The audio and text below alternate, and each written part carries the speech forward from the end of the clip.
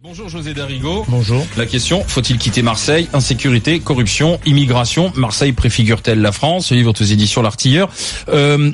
On a parlé de Marseille en début de semaine avec la saisie de 5 tonnes 6 de cocaïne, ce qui a valu d'ailleurs le déplacement du président de la République et du ministre de l'Intérieur. Ah, pour la coque, il se déplace. Bernard Cazeneuve, pour dire félicitations, bravo aux équipes.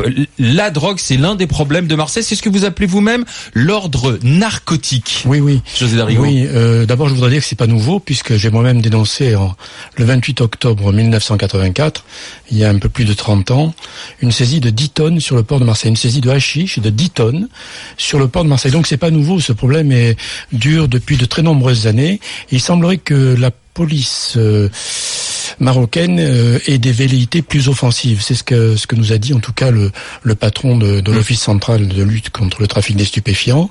Et donc il semblerait que les policiers marocains cessent de dormir sur leurs deux oreilles, ce qui serait évidemment une bonne chose. Mais pourquoi parlez-vous d'ordre narcotique à Marseille? Parce que, si vous voulez, il y a une quarantaine de cités où l'ordre public républicain a été supplanté par l'ordre narcotique, c'est-à-dire que les élus et l'administration et le préfectorale s'appuient sur des caïds de la drogue pour maintenir l'ordre.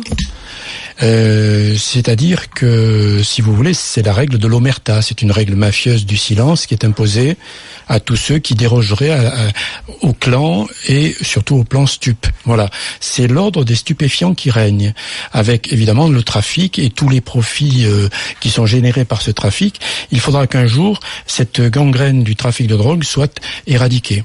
Mais c'est ce qui veut dire que ça arrange tout le monde en fait, c'est ça? Oui, c'est-à-dire qu'il y a de tels profits par ce trafic de stupéfiants que tout le monde y trouve son compte, y compris peut-être les élus. Et donc on s'appuie sur certains caïds dans une quarantaine de cités réfractaires ou rebelles, puisque ce sont des cités où nul ne peut entrer sans avoir montré patte blanche, où il y a un douanier chouf à l'entrée qui contrôle vos papiers. J'ai un ami laitier qui tous les matins contrôle, par exemple, se fait contrôler son camion de lait et de yaourt, comme si des policiers pouvaient se cacher derrière les bidons de lait. C'est effrayant. Ça, c'est avéré, c'est prouvé, ce n'est pas de la légende urbaine. Mais c'est pire que ça. Cet été, il y a eu une fillette de 10 ans qui s'est cassé les deux jambes en tombant du 2e étage. Évidemment, les pompiers ont été appelés d'office, ainsi que la police, pour prendre en charge cette jeune blessée. Eh bien, le jeune chouf qui était à l'entrée, le guetteur, excusez-moi, je parle français. Le guetteur qui était à l'entrée a trouvé bon de parlementer, de palabrer pendant une bonne demi-heure avec les autorités policières et les pompiers, et les marins-pompiers qui étaient là pour secourir la petite fille. Eh bien, il les a fait lanterner pendant une demi-heure avant de leur ouvrir la porte.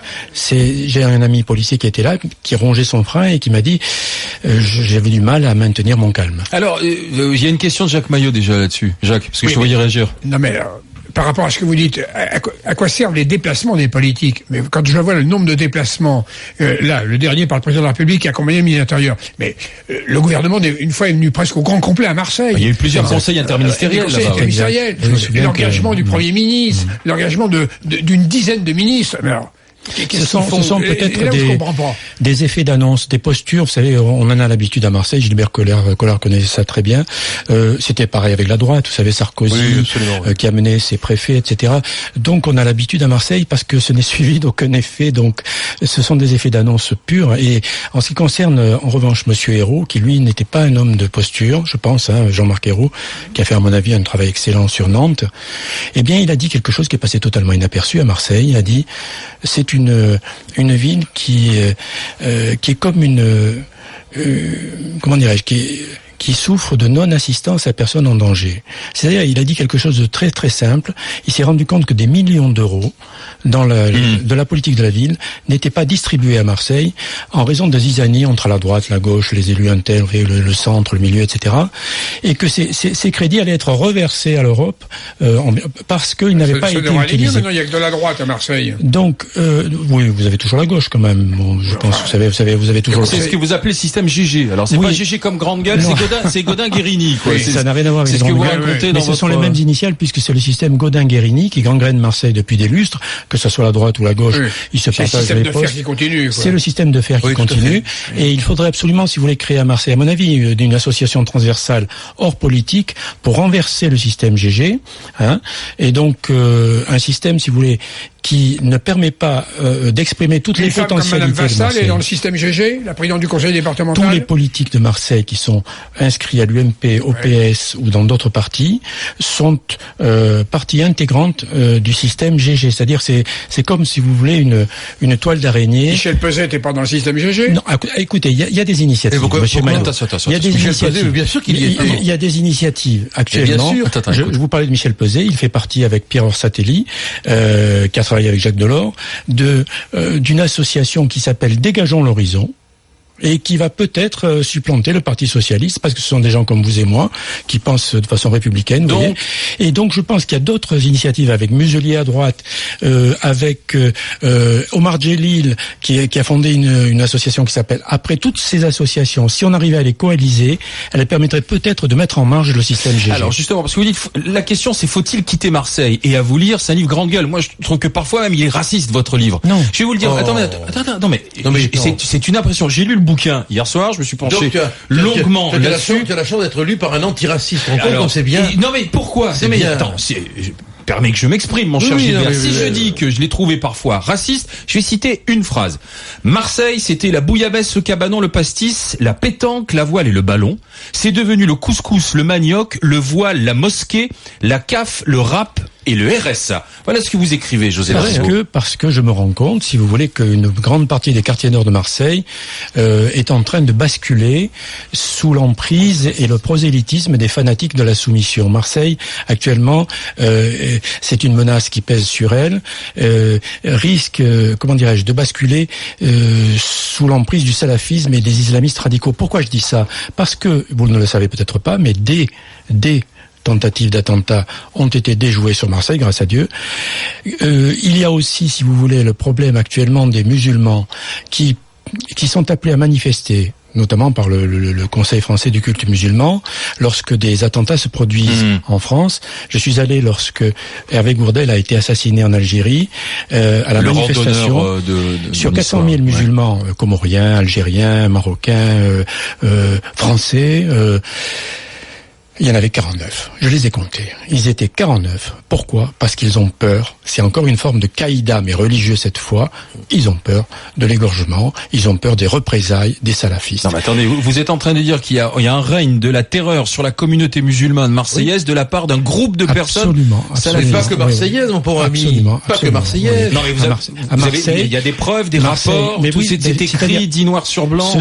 Ce sont des imams salafistes qui viennent de l'étranger, qui prêchent de façon ardente. Faut les expulser, faut les foutre à la porte. Mais tu as vu le temps qu'on a mis pour expulser l'imam de Lunel? Ça fait simplement, je crois que ça fait 3 semaines ou un mois qu'il a été. Je le dis devant le monde. Expulsé, non, qu'il a été. Ce sont des gens qui hystérisent.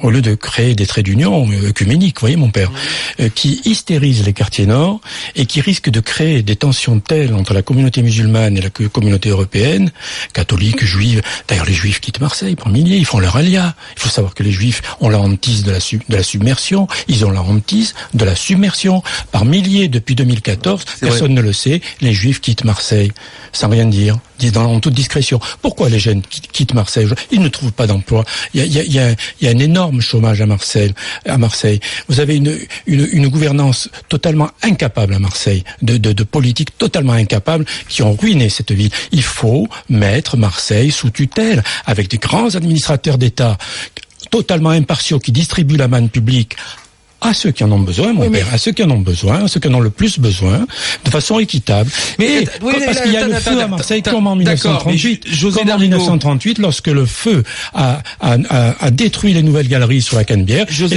et que le pouvoir a désigné des administrateurs nationaux. José Darrigo, on est dans les grandes gueules. Là, vous êtes en train de me dire, et vous m'avez expliqué qu'il y avait une poignée d'extrémistes salafistes qui faisaient régner la terreur à Marseille. Mais là, vous me l'avez expliqué tel quel. Mais je reprends ce que vous écrivez. Vous me dites, c'était bouillabaisse, cabanon, pastis, pétanque, voile et ballon. C'est devenu couscous, manioc, voile, mosquée et caf. Donc là, vous me parlez pas d'extrémistes religieux. Vous êtes en train de me dire, vous avez écrit qu'en fait, à Marseille, il y avait une espèce de grand remplacement qui était en train de se mettre en place et que le Marseille de Pagnol, c'était fini et qu'aujourd'hui, on était dans c'était l'avènement du Marseille couscous musulman. Lorsque vous croisez des femmes dans les quartiers nord qui sont déguisées en Belphégor, vous croisez des femmes Belphégor, ce qu'on appelle nous les Belphégor à Marseille, ce sont les femmes totalement voilées, vous voyez, dont on voit à peine un regard ou les yeux comme ça. Eh bien, ça, c'est une tradition qu'on nous impose et qui n'est pas conforme, si vous voulez, aux traditions provençales qui sont les nôtres, qui sont plutôt des traditions judéo-chrétiennes. Voilà.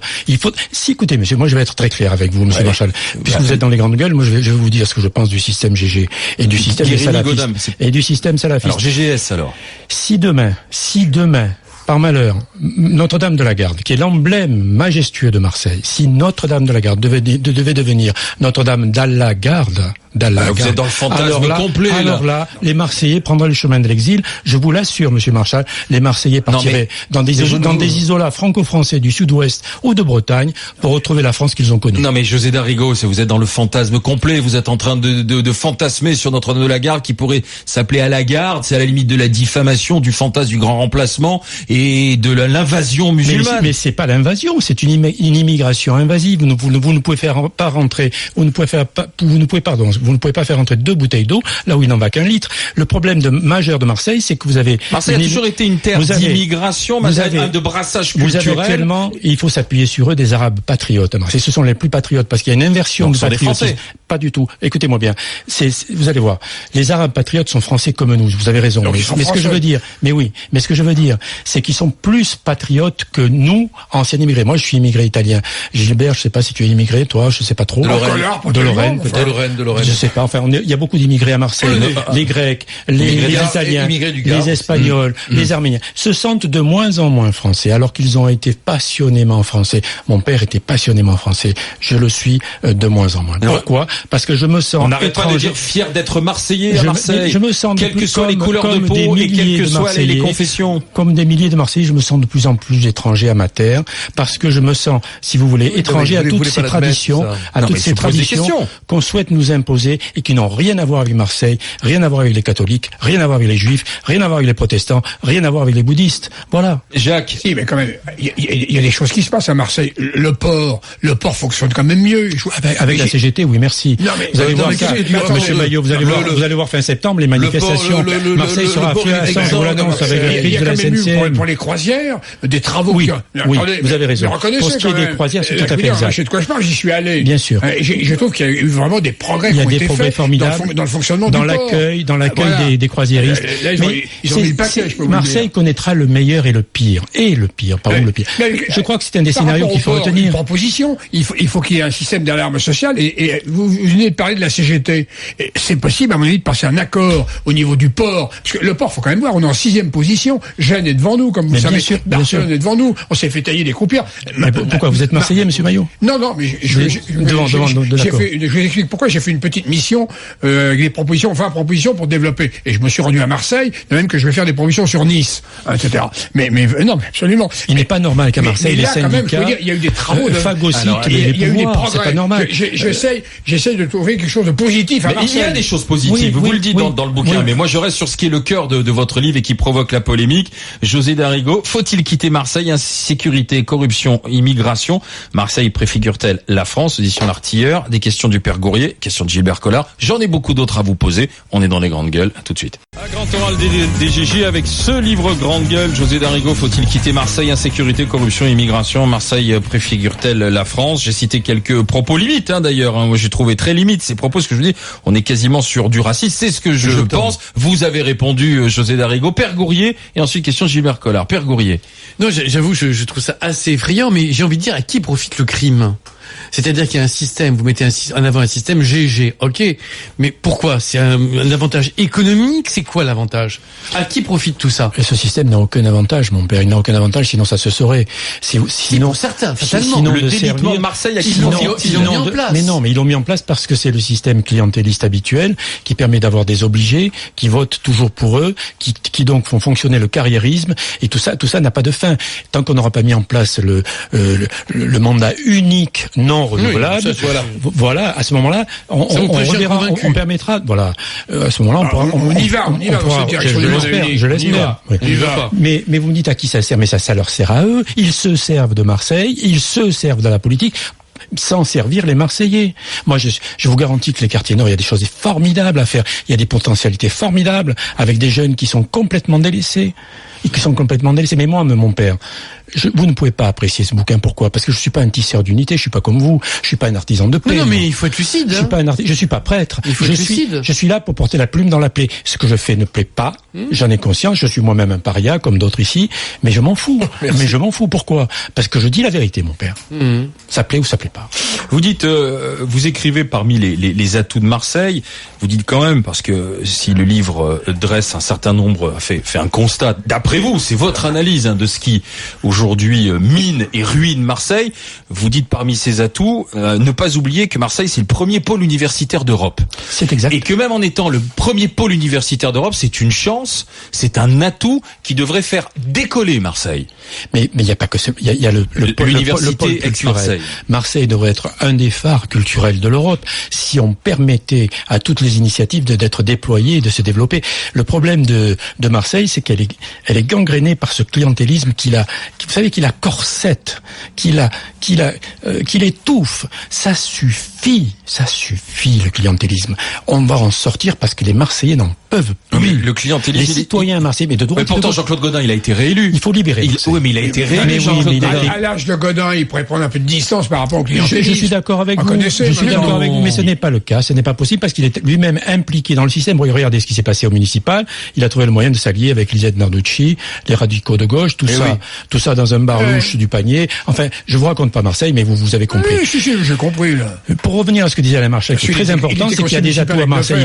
Il a cité l'université. Il y a la médecine. Marseille est une des capitales françaises de la médecine. Regardez, vous avez Villejuif à Paris, je crois, qui est formidable sur le plan anti-cancer. Marseille, Chirac a inauguré il y a quelques années l'Institut Paoli Calmette, qui est devenu quasiment légal de Villejuif. C'est formidable ce qui se passe à Marseille sur le plan médical. Il y a des pionniers, il y a des formidables chercheurs à Marseille.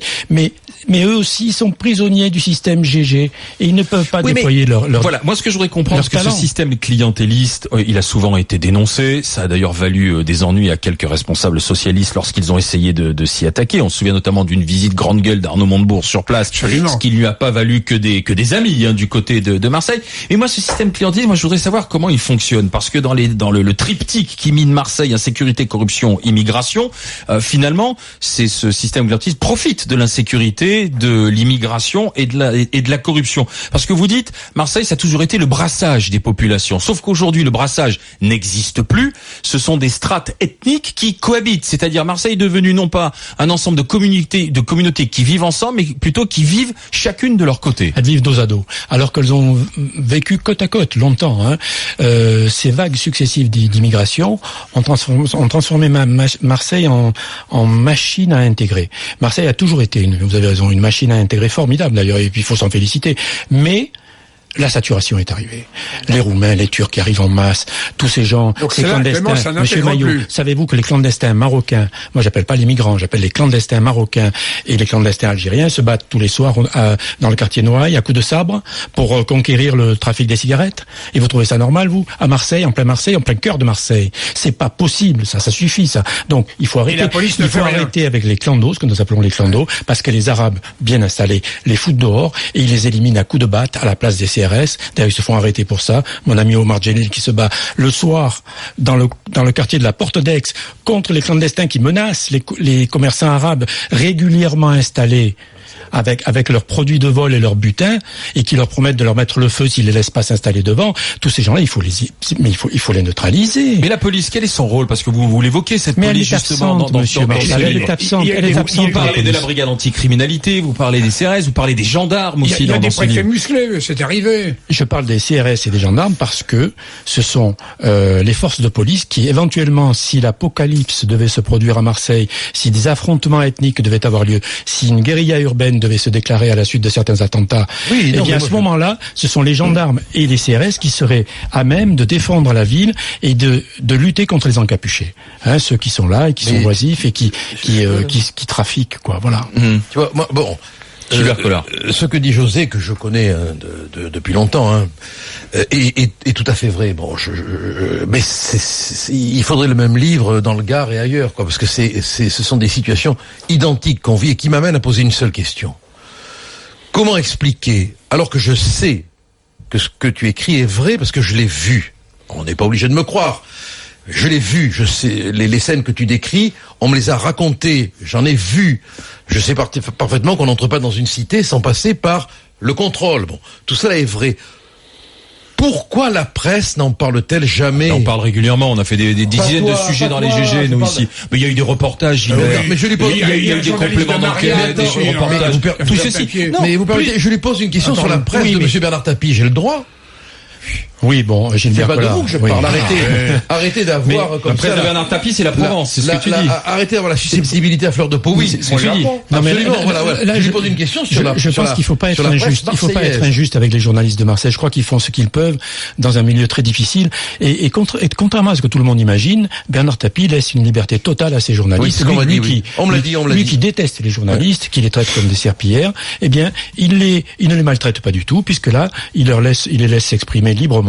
Et je peux vous dire que depuis que Bernard est arrivé, Bernard Tapie, eh bien la presse marseillaise a tout le loisir d'écrire ce qu'elle veut. En revanche, c'est une presse qui est minée par un certain prisme idéologique gauchiste, qui fait que on ne parle pas de certains sujets tabous que j'aborde moi de front: l'immigration invasive, l'ordre narcotique, la discrimination dite positive qui tue Marseille à petit feu. Vous savez ce que c'est la discrimination positive? C'est celle de favoriser systématiquement les Arabes et les Noirs.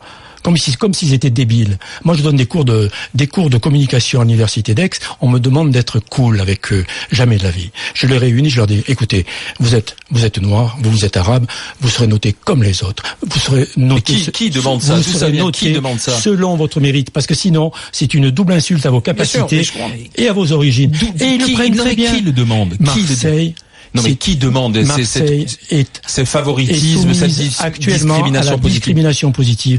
Mais de la part de qui? Dans tous les domaines. Mais de la part de qui? Qui donne les ordres? D'où ça vient? Ce sont des associations qui le demandent. Par exemple, je peux vous citer l'exemple d'Annie Dubreuil. Annie Dubreuil, qui est actuellement à la cité Jean Jaurès, qui habite depuis 35 ans, qui a 61 ans, qui habite depuis 35 ans à la cité, le HLM Jean Jaurès, elle est contrainte à partir. Vous savez pourquoi? Parce que son mari vient de disparaître, et son mari, il avait un caducé sur sa voiture qu'elle n'avait même pas capté, quoi. C'était un caducé de l'association Défense Police. Alors évidemment, les trafiquants qui sont là ont estimé qu'elle était copine ou en tout cas proche des services de police, ce qui est absolument pas le cas. Et ils l'ont harcelée, je ne vous dirai pas de quelle manière, c'est honteux. Ils l'ont harcelée jusqu'à ce qu'elle parte. Elle habite un studio de 20 mètres carrés. D'accord, mais vous ne m'avez pas répondu sur qui aujourd'hui veut cette discrimination positive. Parce que qui pousse? Est-ce que ce sont des associations? Est-ce que ça a un nom? Parce que ces gens-là... Est-ce que c'est une entité? Ceux qui font... Oui, mais ces gens-là, pour moi, c'est des personnes. Ils sont pas sanctionnés. Il faut que la police retrouve ses droits à Marseille. Vous savez, elle n'a plus le droit d'intervenir. On craint l'effet d'émeute à chaque fois. Les pompiers n'ont plus le droit non plus d'intervenir. Ils font des sessions de formation pour face à la menace, parce qu'ils sont souvent menacés de tirs de représailles. C'est catastrophique ce qui se passe. Il y a des enclaves étrangères autour de Marseille, autour de Paris, autour de Lyon. Qu'est-ce qu'on veut? Deux France coupées en la France de l'Est qui s'opposera à la France de l'Ouest. C'est pas possible. Il faut réconcilier les deux Marseille, il faut réconcilier les deux France, sinon on va à la guerre civile. Est-ce que c'est clair? Jacques? Patrice? Alors j'avoue, je suis KO. Ah oui? Ah oui, un petit peu, je suis un peu KO debout, je le dis, moi, alors je suis un peu KO. Oui, mais alors, du coup, est-ce que des associations, excusez-moi, des associations de Marseille nous appellent? Ceux qui sont dans les quartiers, comment elles vivent? Rappelez-vous, si je peux me permettre, l'affaire Andrieux, quand même. ces sommes d'argent qui étaient injectées pour ma question suivante, pour aider des associations de réinsertion. Elle est d'ailleurs toujours députée. Elle est toujours députée. C'est fou l'argent qui est détourné et qui sert effectivement au clientélisme. C'est vrai, ce n'est pas vrai qu'à Marseille. Je crois que le clientélisme, il existe un peu partout. L'un des nerfs du système, ce sont ces associations aussi, aujourd'hui, quelles qu'elles soient, qui poussent, qui dirigent, qui donnent des ordres, qui musellent, qui arrosent, comme on dit aujourd'hui financièrement. C'est ça, José Darigo? Quand vous avez dans les quartiers nord une association destinée à convaincre les parents de jouer avec leurs enfants, vous tombez sur le cul. Passez-moi l'expression, je suis peut-être un peu trivial. Cette association, elle a des subventions. Mais bien sûr, parce que ce sont des coquilles vides avec des. Ça fait partie du système Andrieux, ça. Mais pas seulement Andrieux. Pas seulement Andrieux. Pas seulement, non, du système GG, du système Godin-Guérini. Je les mets dans le même sac. Mais d'accord, mais j'ai bien compris, mais système GG, quand même, Guérini, il est affaibli, là. Oui. Il est encore sénateur, mais il est quand même affaibli. Le dire, ce n'est pas le prouver. Je comprends ce que vous dites. Vous vivez à Marseille, vous connaissez, ce que l'on raconte, ce que l'on se dit, ce que l'on échange, mais tout ça, derrière, si vous voulez, il y a des procès, il y a des preuves, il faut des condamnations, il faut que ce soit prouvé tout ça, José Darigo. Il faut absolument, à Marseille, créer un mouvement qui associe les citoyens républicains avec les patriotes arabes. Si on ne fait pas cette alliance sacrée, je prononce le nom devant un prêtre, cette alliance sacrée, et je dirais même, s'il était à la messe, nouvelle et éternelle. Je dirais que si on n'arrive pas à cette alliance-là, sur les fondements des droits de l'homme, bien sûr, mon père, on va à la catastrophe. Il faut absolument... Quel rôle l'Église mais elle a un rôle majeur. A joué mon père avec l'association Marseille Espérance aujourd'hui. Vous savez, Godin, non, c'est pas lui, c'est Vigourou, c'est Robert Vigourou qui a été un grand maire de Marseille, qui a été le grand maire de Marseille, qui a lancé Marseille Espérance, qui est une association œcuménique qui relie, si vous voulez, toutes les religions de Marseille. Et seulement cette association est devenue inerte. Il faut absolument qu'elle soit réanimée dans tous les quartiers de Marseille, dans toutes les rues, mon père. Il faudrait que, mais venez à Marseille, vous êtes le bienvenue. Il faudrait qu'on anime, mais oui, qu'on anime Marseille avec toutes les religions, y compris les musulmans, bien sûr, pour qu'on arrête cette espèce de spirale qui nous conduit vers la guerre. Mais insécurité, corruption, immigration, il manque quand même un mot là-dedans, là. C'est économie.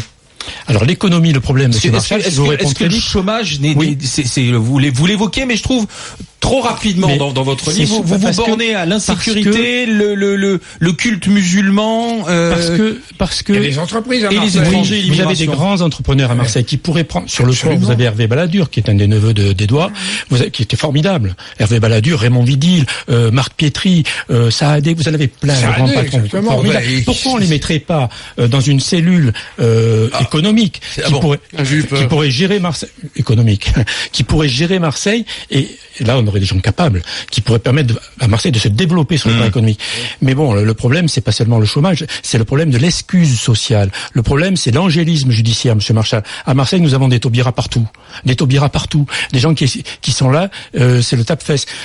Au lieu de harceler les toxicomanes qui risquent normalement 3 ans de prison et 3 750 € d'amende, au lieu de harceler les toxicomanes, de les empêcher de créer de la demande de la drogue, comme on devrait le faire les services de police, on les accueille.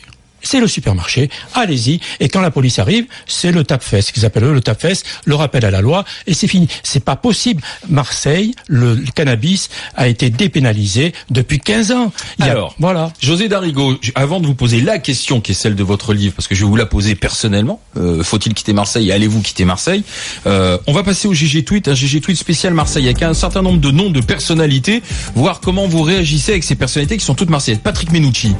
Alors Patrick Menucci, c'est un homme de gauche. C'est un homme de gauche qui est malheureusement inféodé à Hollande, à toute cette équipe de grands gouvernants aujourd'hui qui sont à la tête de la France.